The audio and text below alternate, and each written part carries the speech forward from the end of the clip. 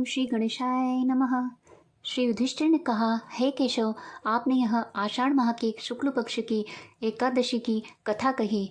अब आप कृपा करके श्रावण माह के कृष्ण पक्ष की एकादशी का नाम तथा गुण और वर्णन कीजिए। श्री कृष्ण ने कहा, हे राजन, एक बार नारद जी ने भी पितामह ब्रह्मा जी से यही प्रश्न किया था। तब ब्रह्मा जी ने कहा, हे नारद जी, यह प्रश्न आपने बड़ा ही महत्वपूर्ण किया है। यह लोक के कल्याण की दृष्टि से बड़ा ही उत्तम है। सावधानी से सुनो। इस श्रावण मास के कृष्ण पक्ष की एकादशी का नाम पवित्रा है। इस दिन श्री विष्णु भगवान का पूजन किया जाता है। इस व्रत का फल वाजपेयी यज्ञ के समान होता है। जो मनुष्य शंख, चक्र, पद्म, गदाधारी भगवान विष्णु की पूजा धूप, दीप आदि से करते हैं, उन्हें गंगा स्नान से भी अधिक फल मिलता है। सिंह की बृहस्पति में, गोदावरी में व्यतिपात और गंडकी योग में स्नान करने से जो फल मिलता है, वही फल भगवान विष्णु की पूजा करने से प्राप्त होता है। हे नारद जी, संसार में विष्णु भगवान की पूजा का फल सबसे अधिक है।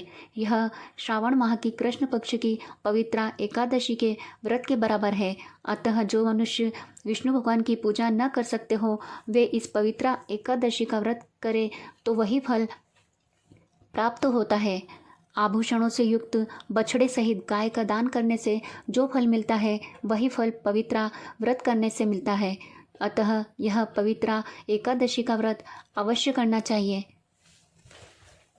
जो मनुष्य इस श्रावण माह के कृष्ण पक्ष की पवित्रा एकादशी का व्रत विष्णु भगवान की भक्ति सहित पूजा करके करते हैं, उनसे पितृ, देवता, नाग आदि सभी प्रसन्न होते हैं, क्योंकि इस व्रत से इस सबकी पूजा हो जाती है। इस व्रत के प्रभाव से समस्त पाप नष्ट हो जाते हैं। संसार में फंसे हुए प्राणी के लिए समस्त पापों से छूटने के लिए पवित्रा एकादशी के व्रत के अतिरिक्त उत्तम उपाय दूसरा कोई भी नहीं है। स्वयं भगवान ने श्री नारद जी से अपने मुख से कहा कि मनुष्यों को अध्यात्म विद्या से जो फल मिलता है, उससे अधिक फल पवित्रा एकादशी का व्रत करने से प्राप्त होता है। इस पवित्रा एकादशी के व्रत के प्रभाव से मनुष्य को योनि को प्राप्त नहीं होता है और इसके प्रभाव से सीधा स्वर्ग को प्राप्त करता है। जो मनुष्य पवित्रा एकादशी के दिन भगवान विष्णु की भक्ति सहित तुलसी दल से पूजा करता है, वह मनुष्य पापों से इस प्रकार अलग रहता है जैसे कमल जल में होते हुए भी जल से अलग रहता है। हे नारद जी, तुलसी दल से भगवान की पूजा करने का फल 1 भार स्वर्ण और 4 भार चांदी के दान के फल के बराबर है।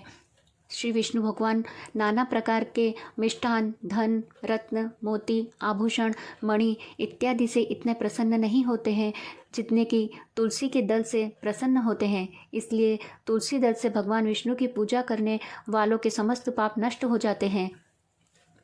हे नारद जी, मैं स्वयं भगवान विष्णु तथा उनकी प्रिय तुलसी को नमस्कार करता हूँ, क्योंकि तुलसी जी के दर्शन करने से ही मनुष्य के समस्त पाप नष्ट हो जाते हैं और स्पर्श करने से प्राणी मात्र पवित्र हो जाते हैं। जल से तुलसी जी को सींचने एवं पौधा लगाने से मनुष्य की समस्त यम यातनाएं नष्ट हो जाती है। जो मनुष्य इस पवित्रा एकादशी के दिन व्रत कर भगवान विष्णु की पूजा कर रात्रि को कथा सुनते हैं, व कीर्तन करते हैं तथा दीपदान करते हैं, उनके पुण्यों को लिखने में चित्रगुप्त भी असमर्थ रहते हैं। और जो मनुष्य पवित्रा एकादशी के दिन भगवान के सम्मुख दीपक जलाते हैं, उनके पितृगण स्वर्ग में सुधापान करते हैं। जो मनुष्य भगवान के सामने घी या तेल का दीपक जलाते हैं, उनको सूर्यलोक में भी सहस्त्रों दीपकों का प्रकाश मिलता है। इसीलिए प्रत्येक मनुष्य को पवित्रा एकादशी का व्रत अवश्य करना चाहिए। पवित्रा एकादशी को पुत्रदा एकादशी भी कहा जाता है। इस संदर्भ में एक कथा है। प्राचीन काल में महेशमती नगरी में महिजीत नामक राजा राज्य करता था। राजा धर्मात्मा, न्यायप्रिय, शांतिप्रिय तथा दानी था, किंतु उसकी कोई संतान नहीं थी। राजा ने एक बार ऋषियों को बुलाकर संतान प्राप्ति का उपाय पूछा। महाज्ञानी लोमेश ऋषि ने बताया कि राजन, आपने पिछले जन्म में श्रावण माह की एकादशी के दिन अपने तालाब से प्यासी गाय को पानी नहीं पीने दिया। उसी के परिणाम स्वरूप आप अभी तक निसंतान हैं। आप श्रावण माह के शुक्ल पक्ष की एकादशी का नियम पूर्वक व्रत रखिए तथा रात्रि जागरण कीजिए, इससे तुम्हें अवश्य संतान की प्राप्ति होगी। ऋषि की आज्ञा अनुसार राजा रानी ने एकादशी का व्रत किया और उन्हें पुत्र रत्न प्राप्त हुआ। इसलिए इस एकादशी को पुत्रदा एकादशी भी कहते हैं। यदि आपको कथा पसंद आई हो तो लाइक व शेयर अवश्य करें। जय श्री कृष्णा।